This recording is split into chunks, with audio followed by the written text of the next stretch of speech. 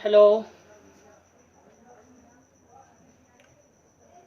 Hello मेरे सभी student, सभी मेरे छात्र और छात्राओं। मैं धीरज कुमार, देव मैथमेटिक्स क्लासेस, मुरलीगंज मधेपुरा से बोल रहा हूँ। आप लोगों को इससे पीछे वाले क्लास में दो चर वाले रैखिक समीकरण युग्म का थ्योरी बताया गया था। अब उसके बाद आपका फर्स्ट एक्सरसाइज है, जिस एक्सरसाइज का नाम है 3.1। ये आपका अध्ययन बीटीसी का है, क्लास 10th चैप्टर 3.1 बीटीसी का। ये फर्स्ट क्वेश्चन आपका है। और ये फर्स्ट क्वेश्चन आपका है,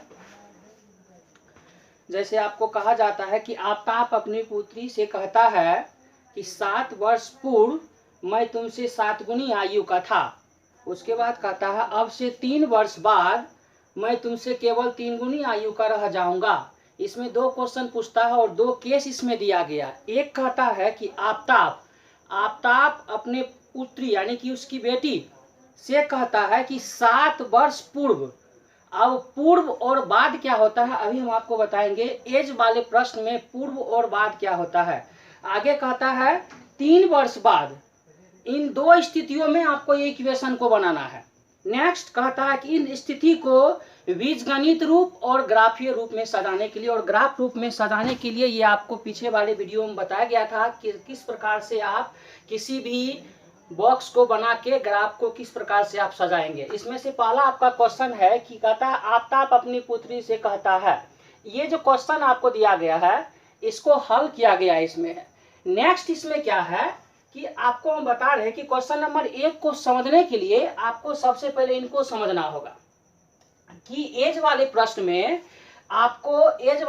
में ये दोनों जानना अति आवश्यक है, तब आपको ये समझ में अच्छी तरीका से आएगा। जैसे हम आपको बताते हैं किसी भी व्यक्ति का, या मान लेते हैं किसी भी व्यक्ति का, जैसे मान लेते हैं राम का अभी वर्तमान आयु अगर 10 वर्ष है, मान लेते हैं कि राम का अभी वर्तमान आयु कितना वर्ष है, 10 वर्ष है। तो इसमें दो लफ्ज है, इसका 2 शब्द है और इसका भी 2 शब्द है। इस शब्द में नेगेटिव, इस शब्द में पॉजिटिव होगा। अब जैसे देखिए कि राम का 10 वर्ष पूर्व का मतलब हुआ जो समय बीत चुका है। 2 समय यहाँ पर, एक समय है बीता हुआ, एक समय है आने वाला। तो जो बीता हुआ होगा उसमें माइनस होगा। जैसे 10 वर्ष पूर्व या 10 वर्ष पहले, इस तरीका से आपको दिया हो, बात समझे। या इसमें 10 वर्ष बाद या 10 वर्ष पश्चात, इस तरीका से अगर आपको दिया हो तो इन दोनों स्थितियों में इसमें माइनस होगा और इसमें प्लस होगा। अब कैसे होगा ध्यान से देखिए। अगर कहेगा कि राम का अभी वर्तमान आयु अगर 10 वर्ष है तो 5 वर्ष पूर्व या 5 वर्ष पीछे क्या होगा, इसमें 10 में से आप 5 को घटा दीजिएगा तो कितना वर्ष उसका होगा, 5 वर्ष होगा। यदि आपको कहा जाए कि राम का उम्र अब से 5 वर्ष बाद क्या होगा, 10 में कितना जोड़ दीजिएगा, 5 जोड़ दीजिएगा, कितना हो जाएगा, 15 वर्ष हो जाएगा। यानी कि बाद और पश्चात दोनों एक ही चीज है। बाद और पश्चात का मतलब होता है आने वाला समय। इसका मतलब होता है आने वाला समय, जो अभी बीता नहीं है वो आने वाला है, तो वो मेरा अभी वर्तमान आयु में ऐड हो जाएगा। इसका मतलब होता है बीता हुआ समय जो बीत चुका। अगर हम अभी बोले कि मेरा अभी 20 वर्ष है तो 10 वर्ष पूर्व 10 वर्षों का घट जाएगा। अब कहेंगे कि अभी 20 वर्ष में 10 वर्ष बाद तो 30 वर्ष होगा। तो इस कंडीशन पे ही आपका ये सवाल बनेगा। तो इनमें क्या माना गया है, इस कंडीशन पे ही आपका ये सवाल बनेगा। जैसे क्वेश्चन में कहता है कि आफ्ताब पिताजी है और उसका एक बेटी है। तो आफ्ताब का वर्तमान आयु क्या मान लिए हम, x मान लिए। हालांकि यहाँ पर 10 मान के आपको समझाए थे, तो 10 में भी घटेगा 10 में भी जुटेगा। तो अभी आफ्ताब की वर्तमान आयु कितना मान लिए हम, x। लेट मतलब LET, लेट मतलब हुआ माना कि आफ्ताब की वर्तमान आयु कितना है, x वर्ष, तथा उसकी पुत्री यानी कि उसकी बेटी का वर्तमान आयु क्या हो गया, y वर्ष। वर्तमान ये लिखा हुआ देखिए, वर्तमान आयु, वर्तमान का मतलब होता है प्रेजेंट टाइम में जो उसका आयु है। अब अकॉर्डिंग टू क्वेश्चन, प्रश्नानुसार, अकॉर्डिंग टू क्वेश्चन ATQ प्रश्नानुसार 7 वर्ष पूर्व, ये मुख्य पॉइंट है इस सवाल का। 7 वर्ष पूर्व का मतलब है, देखिए यहाँ पर ये पूर्व आ गया, 7 वर्ष पूर्व का मतलब हुआ जो समय बीत चुका है, तो अब उसके पिताजी में, अब उसके बेटी में, दोनों में 7 वर्ष घटेगा। तो इसलिए x में से 7 घटा तो x माइनस 7, y में से 7 घटा तो y माइनस 7। अब कहता है कि आफ्ताब कहता है अपने पुत्री से कि 7 वर्ष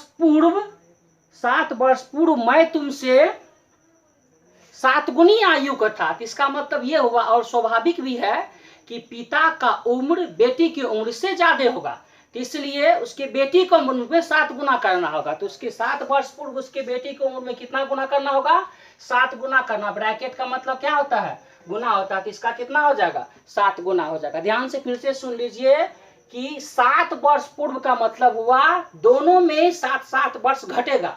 तो x minus 7 is equal to, बराबर का मतलब बराबर पूछ रहा है ना, y माइनस 7। अब उसकी बेटी में 7 गुना होगा, क्योंकि बेटी का उम्र कम है इसलिए उसमें 7 गुना होगा। तो किसके बराबर होगा? उसके पिताजी के बराबर होगा। कब? 7 वर्ष पूर्व। अब आप इसको कैलकुलेशन कीजिएगा तो x माइनस 7 ही होगा। ध्यान से सुनिए, 7 को y से गुना कीजिएगा 7y, 7 को माइनस 7 से गुना कीजिएगा तो माइनस 49। अब आप माइनस 7y जो इधर प्लस में है इसको इक्वल से इधर लाइएगा तो ये हो जाएगा माइनस 7y, माइनस 7 इधर दिया हुआ, इसको उठा के इस साइड लेगा तो क्या हो जाएगा? प्लस 7 और माइनस 49 पहले से इधर है। अब इसको कैलकुलेशन कीजिएगा तो माइनस 7y सेम यहाँ उतरेगा, और माइनस 49 में से उल्टा अगर 7 घटता है तो कितना बचेगा? माइनस 42 बचेगा। ये आपका एक इक्वेशन हो गया, पहला रेखा का इक्वेशन हो गया। x माइनस 7y बराबर माइनस 42। अब इसका हल हम आपको बाद में बताएंगे। नेक्स्ट इसी सवाल में एक केस और है, ये पहला केस था, एक केस और। अब यहाँ पे केस है बाद वाला। अब कहता है आफ्ताब अपनी पुत्री से फिर कहता है कि अब से 3 वर्ष बाद मैं तुमसे 3 गुनी आयु का रह जाऊंगा। तो पहले वहां पर पूर्व था तो घट गया, अब बाद था तो यहाँ पे क्या होगा? बाद का मतलब आने वाला समय। तो उसमें पिताजी में भी 3 जुटेगा, उसके बेटी में भी 3 जुटेगा। तब कहता है 3 गुनी आयु का। यहाँ 7 गुनी था तो यहाँ कितना गुना हो गया? 3 गुनी आयु का। यहाँ पर भी पिताजी का उम्र बेटी की उम्र से ज्यादा होगा, इसलिए उसके बेटी में 3 गुना लगाएंगे तो किसके बराबर होगा? उसके पिताजी के, वो भी 3 वर्ष बाद। अब इसको कैलकुलेशन कीजिएगा तो x प्लस 3 रहेगा ही, यहाँ कैलकुलेशन x प्लस 3 रहेगा ही। 3 को y से गुना कीजिएगा 3y होगा, 3 को 3 से गुना करिएगा 3 तिया 9। 3y को उठा के इधर लाइए, 3 को उठा के उस साइड लीजिए। 3y इधर प्लस में है, उठ के इधर आएगा माइनस 3y हो जाएगा। ये 3 प्लस में है, उठ के इधर जाएगा 3, 9 में से 3 घटेगा कितना निकल जाएगा? 6। ये आपका 2 समीकरण हो गया। एक समीकरण हो गया ये, एक समीकरण हो गया ये दोनों समीकरण क्वेश्चन का बीज गणितीय रूप होगा। क्वेश्चन में पूछता है बीज गणितीय रूप और ग्राफीय रूप। अब इसको आप 9th के सिलेबस के अनुसार से इस प्रकार से बॉक्स बनाइएगा, इस प्रकार से बॉक्स बनाइएगा। आपको हम पीछे वाले वीडियो में बोले थे कि 9th के सिलेबस को उल्टा के देखने के लिए का किसी समीकरण का आप कैसे हल निकाल सकते हैं, लेकिन मिनिमम हम 2 हल अभी निकालेंगे। हालांकि आप एक समीकरण का अनेकों हल निकाल सकते हैं, लेकिन ग्राफ खींचने के लिए मिनिमम आपको 2 हल चाहिए। जैसे अब आप यहाँ पे समझिए, ध्यान पूर्वक समझिए, x माइनस 7y बराबर माइनस 42 में हम हल कैसे निकालें, इसको ग्राफ पेपर पे आपको सजाना है।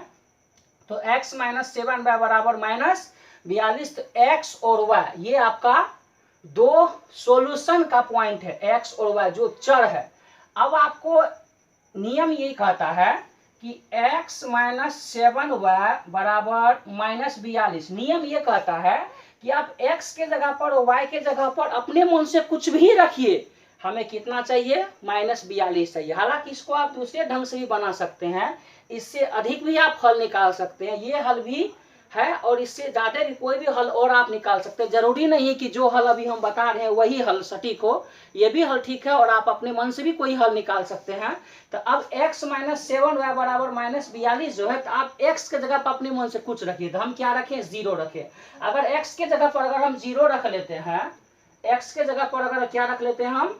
0 रख लेते हैं, तो अब y के जगह पर अपने मन से कुछ रखना होगा। तो y के जगह क्या रख दिए हम, 6 रख दिए। तो यहाँ पर हो गया 7 के 42। तो अब यहाँ पे कैलकुलेशन कीजिए, अगर इसके जगह पर आप 6 रखते हैं तो ये हो जाएगा 0 माइनस 7 के 42। ये 7y गुणा के रूप में है, तो 0 में से 42 घटेगा कितना हो जाएगा, -42। तो ये हो गया इसका पहला हल। उसी तरीका से आप दूसरा हल भी निकाल सकते हैं। उसी तरीका से दूसरा हल आप x के जगह पे 7 रखिए, इसके जगह पर भी 7 रखे, तो ये 7 हो गया और 7 49 हो गया। उल्टा घटेगा कितना निकलेगा, -42। तो अब x के जगह पर y के जगह पर अपने मन से कुछ रखिए, आपको राइट हैंड का -42 पुराना। ऐसा ढेरों हल आप निकाल सकते हैं, लेकिन मैक्सिमम हमें इनमें 2 ही हल का जरूरत है, ज्यादा हल की जरूरत नहीं है। अब नेक्स्ट आपका समीकरण ये है, नेक्स्ट आपका समीकरण x - 3y बराबर कितना है, +6 है। अब इस जगह पर भी x के जगह पर y के जगह पर अपने मन से आपको कुछ रखना पड़ेगा, लेकिन आपको पुराना क्या है, 6 पुराना। तो x के जगह पर हम 6 रख दिए और y के जगह पर 0 रख दिए। तो y को इस y के जगह पे 0 रखे, 3 से गुना करेंगे तो ये 0 हो जाएगा और माइनस इधर क्या है, घट के कितना निकलेगा, 6 निकल जाएगा। तो पहला x के जगह पर 6, y के जगह पर 0। अब दूसरा ये है, x के जगह पर आपको 9 रखना है और -3 गुना y के जगह पर आपको क्या रख देना, 1 रख देना। तो 9 - 3 बराबर कितना हो गया, 6। इस तरीका से आप 2 हल निकाल लिए, 6 0 और 9 1। इस तरीका से 2 आपको निकल गया। अब आप इसको ग्राफ पेपर पे सजाइएगा। अब इस दोनों बॉक्स को ग्राफ पेपर पे सजा के आपको चेक करना है कि कल जो आपको 3 स्थिति बताए थे, पहला स्थिति किसी एक बिंदु पर प्रतिच्छेद करना, दूसरा स्थिति दोनों रेखाएं समानांतर होना, तीसरा स्थिति दोनों रेखा समानुपाती होना। देखते हैं इन तीनों में से क्या आता है। तो अब आपको इन दोनों बॉक्स का सबसे हाईएस्ट नंबर जो होगा, इस तरीका से आपको ग्राफ पेपर पे सबसे हाईएस्ट अक्ष पे लेना है। जैसे हाईएस्ट 9 है तो आप 9 तक ले लिए। अब बोलिएगा सर आप नेगेटिव क्यों नहीं लिए, क्योंकि हम नेगेटिव कोई भी नहीं लिए, तो इसलिए नेगेटिव का कोई वर्क यहाँ पर नहीं। आप ले भी सकते हैं, कोई दिक्कत नहीं है। अब यहाँ पर अब इसको सजाने के लिए भी आप 9th में ठीक तरीका से ज्यामितीय चैप्टर में निर्देशांक ज्यामिति में पढ़े हैं, उल्टा के देखिएगा कि किसी भी निर्देशांक को किस प्रकार से सजाया जाता है। अब आप ध्यान से देखिए कैसे सजाए हैं। पहला समीकरण का है 0 6, तो y का मान 0 हो गया और y का मान कितना हो गया, 6 हो गया। 6 के जिसका 0 होगा वो इसी रेखा पे होगा। और दूसरा कितना है, y का कितना है, 6 है, तो इस जगह पर पॉइंट होगा 0,6। इसका है 7 7, x का मान 7, इसके सीधा जाइए y का मान भी 7। इसको सटीक अगर सजाना है तो ग्राफ के पेपर पे आप हाईएस्ट 9 लेके सजाइएगा तो एग्जैक्ट सजेगा, क्योंकि बोर्ड पे है तो थोड़ा टेढ़ा मेढ़ा हो जाएगा। ये हो गया पहला समीकरण का, x - 7 -42 है ना पहला समीकरण। दूसरा हो गया ये 6,0। इस बार y का मान 0 है तो इस अक्ष पे होगा, यहाँ देखिए 6,0। दूसरा 9,1, x का मान 9 और y का मान 1। अब आप ये दोनों रेखा को खींच दीजिएगा। तब ध्यान दीजिए, कल पहला वाला केस नहीं दूसरा वाला केस में हम बताए थे कि जब दोनों रेखाएं समानांतर ऐसे होती है तो आपका ये दूसरा केस हुआ। यहाँ पे लिख दिए हैं आंसर, इस ग्राफ का रूप क्या हो गया, समानांतर हो गया। इसी प्रकार से अब आप इससे आपको सवाल को ठीक ढंग से पढ़ना है। ठीक ढंग से पढ़ने के बाद 2 चर x और y मान के according to question again ATQ का फॉलो करते हुए 2 समीकरण को तैयार कर लेना है। 9th के सिलेबस के अनुसार से हल कैसे किया जाता है, बॉक्स में ठीक ढंग से बॉक्स बना लेना है और उसके बाद ग्राफ पेपर पर हाईएस्ट नंबर लेके सजा लेना है। इसको ठीक ढंग से आप लोग समझ लीजिए, और अगर समझने में कोई दिक्कत हो तो आपको फिर से पूछना है। आने वाले समय में फिर से इसको ठीक ढंग से बताया जाएगा। आप इसको ग्राफ पेपर पर बैक टू बैक वीडियो को देख के बार बार इसको समझने का कोशिश कीजिए। अब आपका नेक्स्ट क्वेश्चन है, क्वेश्चन नंबर 2 है। क्वेश्चन नंबर 2 का हम ग्राफ नहीं बनाए हैं, लेकिन आपको बॉक्स तक सजा दिए हैं समीकरण निकाल के। क्वेश्चन नंबर 2 आपका कहता है कि एक क्रिकेट टीम के एक कोच ने 3900 रुपया में 3 बल्ला और 6 गेंद खरीदा, फिर 1 गेंद और 1 बल्ला और 2 गेंद 1300 रुपये में खरीदे हैं। तब कहता है इसका ग्राफ पेपर पर सजाने के लिए। तो हम माना कि 1 बल्ले का मूल्य x रुपया और 1 गेंद का मूल्य y रुपया। 1 बल्ले का मूल्य माने x तथा एक गेंद का मूल्य क्या मान लिए, y मान लिए। क्योंकि मार्केट में अगर आप जाइएगा तो आप किसी से अगर गेंद मांगते हैं तो पहले एक गेंद का मूल्य पूछिएगा, तो वही एक गेंद का मूल्य है ये, और एक बल्ले का मूल्य है ये, और एक गेंद का मूल्य है। अब जितना लेना है उसको उतना से गुना कर देना है। तो कितना लिया गया है, 3 ठो बल्ला 3x, जैसे कि अगर एक गेंद का, एक बल्ला का कीमत अगर 50 रुपया है तो 3 ठो लेना है तो उसको 3 से गुना कीजिएगा। उसी तरीका से अगर एक बल्ला का कीमत x रुपया है तो इसको 3 से गुना कीजिएगा तो कितना होगा, 3x होगा। ये डिपार्टमेंट के तरीका से आपको ये समझ गए, 3x। उसके बाद गेंद लिया गया है 6 ठो, तो क्या हो गया 6 बार। दोनों को जोड़ के दुकानदार को कितना रुपया दिया गया, 39 रुपया दिया गया। तो ये आपका पहला समीकरण हो गया। दूसरा समीकरण आपको हो गया अगेन ATQ, ये पहला ATQ था, ये अगेन ATQ। अगेन ATQ में दिया गया आपको है कि एक ठो बैट लेते हैं, एक ठो बल्ला लेते हैं और 2 ठो गेंद लेते हैं। तो एक को x से गुना करेंगे तो x से होगा प्लस 2y। 2y का मतलब हुआ 2 ठो गेंद लिया गया, तो x प्लस 2y दोनों के रुपया को, यानी कि बैट का रुपया x और गेंद का रुपया 2y दोनों को जोड़ के दुकानदार को 1300 रुपया आपको दिया गया है। अब ये आपका इसका हल हुआ, ये इसका हल हुआ। x के जगह पर y के जगह पर 300 500 300 और 500 100 और 600 रख के 3900 पुराया गया है। फिर इस जगह पर 300 और 500 x और y के जगह पर 1300 पुराया गया है। ठीक है, यहाँ पर 100 और 600 रख के 1300 पुराया गया। जैसे कि आप ध्यान से देखिए, 300 इसके जगह पर रखिएगा 3 तिया 900, 3 तिया 900 का मतलब हुआ 300 गुना 3 कीजिएगा तो 900 हुआ। 6 गुना y के जगह पे 500 रखिएगा तो 5 गुना 6 तो हो जाएगा आपको 3500, नहीं 6 5 30 तो हो गया 3000, 3900 कितना हो गया 3900। इसी प्रकार से इसको भी हम कर दिए, इसी प्रकार से इसको भी किया हुआ है, ठीक ढंग से हल किया हुआ है। अब आपको घर पे क्या करना है, इसको ग्राफ पेपर पे सजा के आप लोग को कर लेना। यहाँ तक हम कर चुके हैं, अब इसको ग्राफ पेपर पर आपको ठीक ढंग से सजा देना है। नेक्स्ट आपका ये क्वेश्चन है, कहता है 1 केजी सेब का मूल्य x रुपया है। 3 नंबर का क्वेश्चन, 1 केजी अंगूर का मूल्य y रुपया। दुकानदार से जैसे बैट और गेंद खरीदे उसी प्रकार से 1 केजी और 1 केजी अंगूर और सेब लिया गया। तो दुकानदार से कहा जाता है 2 केजी सेब लिया गया, 1 केजी अंगूर लिया गया, तो 2 को x से गुना किए, क्योंकि 1 केजी सेब का मूल्य x रुपया है तो 2 गुना x प्लस 1 केजी अंगूर लिया गया है।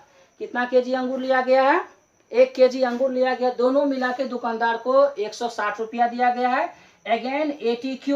अब कहता है 4 केजी सेब लिए हैं, 2 केजी अंगूर लिए हैं, तो उसको 2 से गुना करके 300 रुपया दुकानदार को दिए हैं। अब इन दोनों में 50 60 60 40 x के जगह पर y के जगह पर कितना पूरा है 160, फिर 70 और 10 रख के और 75 और 0 रख के इसको 300 पूरा है। तो इसको भी आप ठीक ढंग से देख लीजिएगा, कैलकुलेशन जिस प्रकार से यहाँ बताएं उसको ठीक ढंग से इसको कैलकुलेशन करके ये कैसे पूरा आप लोग देख लीजिएगा। फिर अब इस दोनों क्वेश्चन को ध्यान पूर्वक से बना के हम इसका ग्राफ पेपर पे इसलिए नहीं समझाएं क्योंकि आपको क्वेश्चन नंबर 1 ठीक ढंग से बता चुके हैं। अब आपको क्वेश्चन नंबर 2 क्वेश्चन नंबर 3 को घर पे ठीक ढंग से ग्राफ पेपर पर सजाना है और इसको ठीक ढंग से समझ के इसको बनाना है।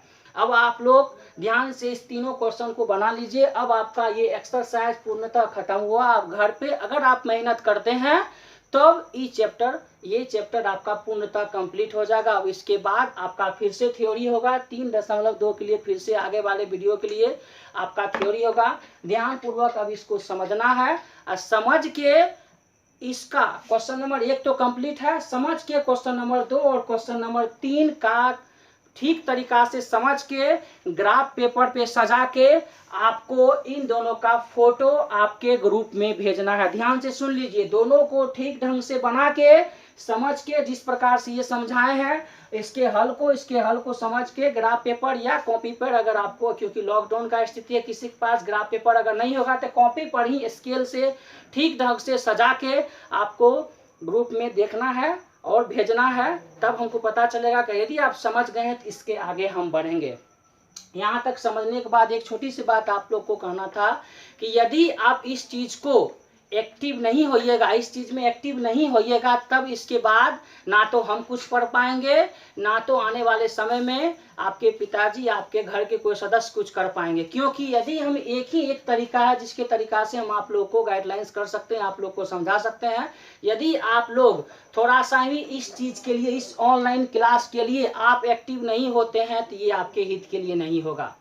आपको जैसे जैसे फॉलो करने के लिए किया जाता है, अगर आप कम से कम दिन में 1 घंटा और किसी भी एक समय आधा घंटा और पढ़ के क्वेश्चन को बनाते हैं, तो आप धीरे धीरे एक्सरसाइज में आगे बढ़ सकते हैं। यदि इस चीज़ को आप फॉलो कीजिएगा तो ये आपके हित में होगा, और इसको ठीक ढंग से आपको बना लेना है। और आगे की वीडियो के लिए हम देखेंगे कि आपको क्या बताना, वो आपको सूचना मिल जाएगा। यहाँ तक आपको समझ लेना। यदि वीडियो आपको ठीक ढंग से अच्छे लगते हैं तो आप इन वीडियो को सब्सक्राइब करके लाइक कीजिए, और किसी में अपने फ्रेंडशिप में, अपने परिवार में, और किसी चीज़ में अपने स्टूडेंट्स में ही जो आपके फ्रेंडशिप में होंगे, आप इसको शेयर भी कर सकते हैं।